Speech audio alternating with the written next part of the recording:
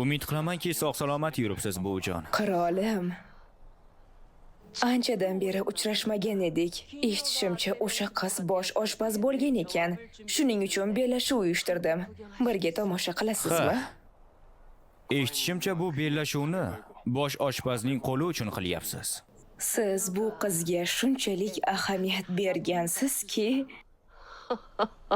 o'zingiz ham bu yerga kelib qarshi chiqyapsiz.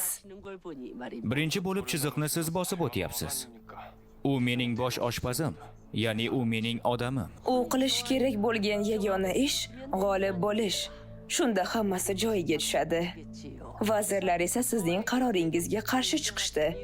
Uni bosh oshpaz qilishingizga rozi bo'lishmadi. Shunda ekan ularning noroziligi bosilmaydi. Qachonki biror chora ko'rilmaguncha. Unda aytingchi, yutqazgan boshqa oshpazlar ham qo'lidan ayriladimi? Ular saroy tomonidan allaqachon tan olingan. Ularning holi boshqa. Unday bo'lsa, bu bellashuvning nima qizig'i bor?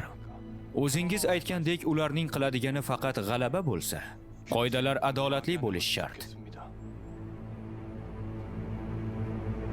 Diqqat qilinglar. Bugun faqat bitta oshpaz g'olib bo'ladi. Qolganlari esa bir qo'lidan ayriladi. Tushunarli bo'ldimi? Xo'p, zotolilari. Chopqini olib keling.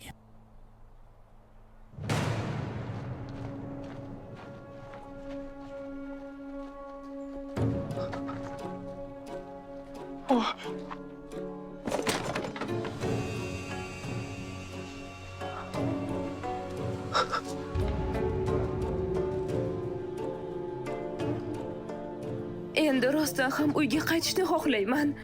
Dadamni sog'indim. Qaytishni xohlayman. Juda soz. Unday bo'lsa bellashuvni boshlaylik.